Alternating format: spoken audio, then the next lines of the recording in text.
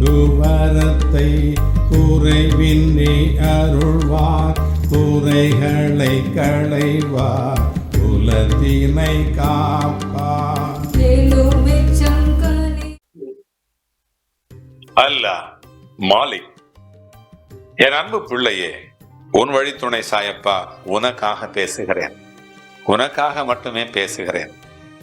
நீ எந்த ஒரு விஷயத்தை செய்ய வேண்டும் என்று நினைக்கிறாயோ அதை செய்யாமல் இருப்பதனால்தான் ஆபத்து என்பது அதிகமாக சூழ்ந்து விடுகிறது.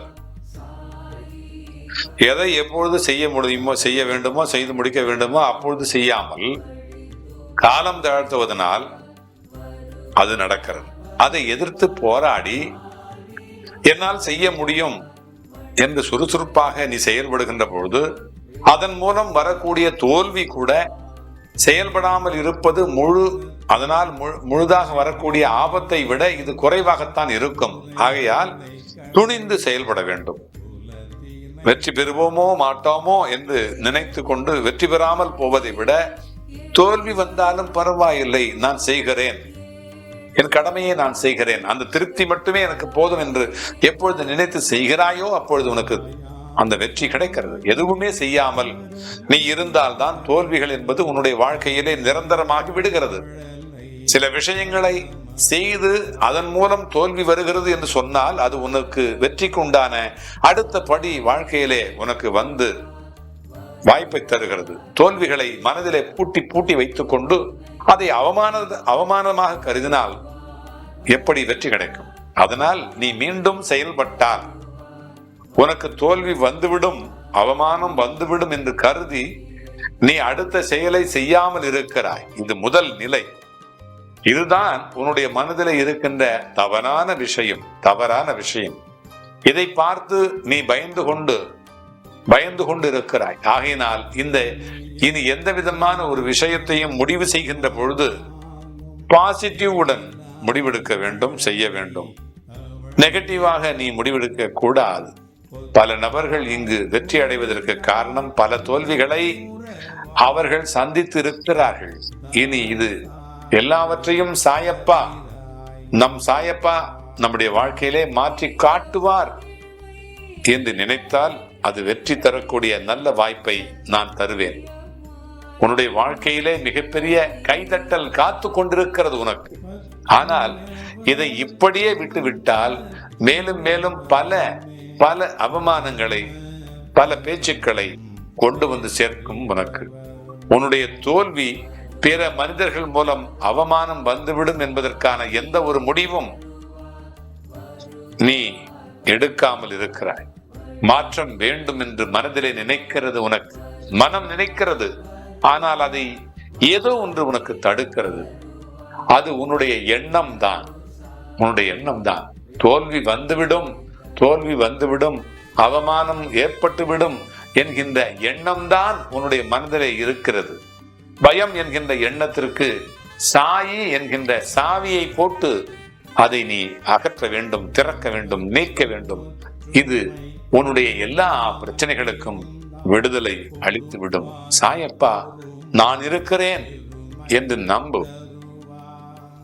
அந்த உயர்ந்த எண்ணம் உன்னை உயர்ந்த மனிதராக மாற்றிவிடும்.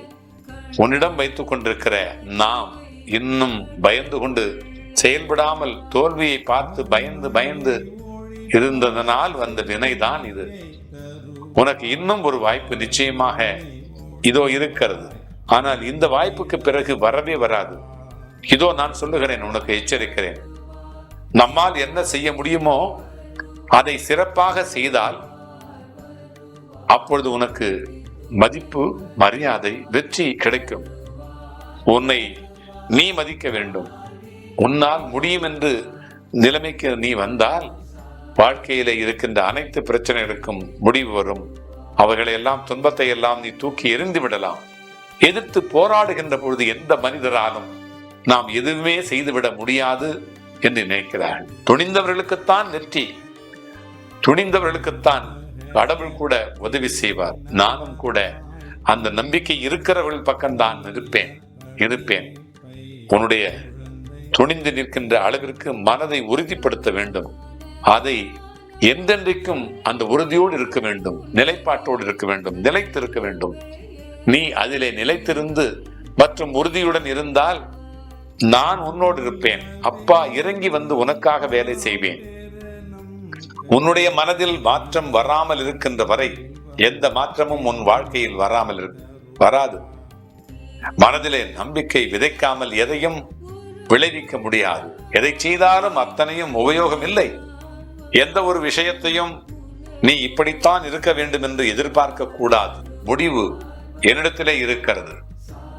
நான் கொடுப்பது உனக்கு நல்லதாக கொடுப்பேன் என்று நம்பு. எப்பொழுதும் அமிர்தமாகத்தான் இருக்கும் என்னுடைய விளைவுகள். உழைக்க மட்டும்தான் உனக்கு அதிகாரம். பலனை எதிர்பார்க்க எந்த ஒரு அதிகாரமும் உனக்கு இல்லை. அப்பா கொடுத்தது சந்தோஷமாகத்தான் இருக்கும். அதை நம்மிடம் இருந்து எடுப்பதற்கோ ஏதோ ஒன்று காரணம் இருக்கும். இந்த உண்மை விஷயத்தை நீ நினைத்து கொண்டு இருக்கின்ற பொழுது எந்த அளவிற்கு நீ சந்தோஷமாக இருந்தாயோ அதை விட 2 மடங்கு உன்னிடத்திலிருந்து சந்தோஷம் கிடைக்கும். நீ சந்தோஷமாக இருக்க வேண்டும். கடவுளின் விருப்பத்தின்படி, கடவுளுடைய வழிகாட்டுதலின்படி நீ வாழ்க்கை நடத்த வேண்டும்.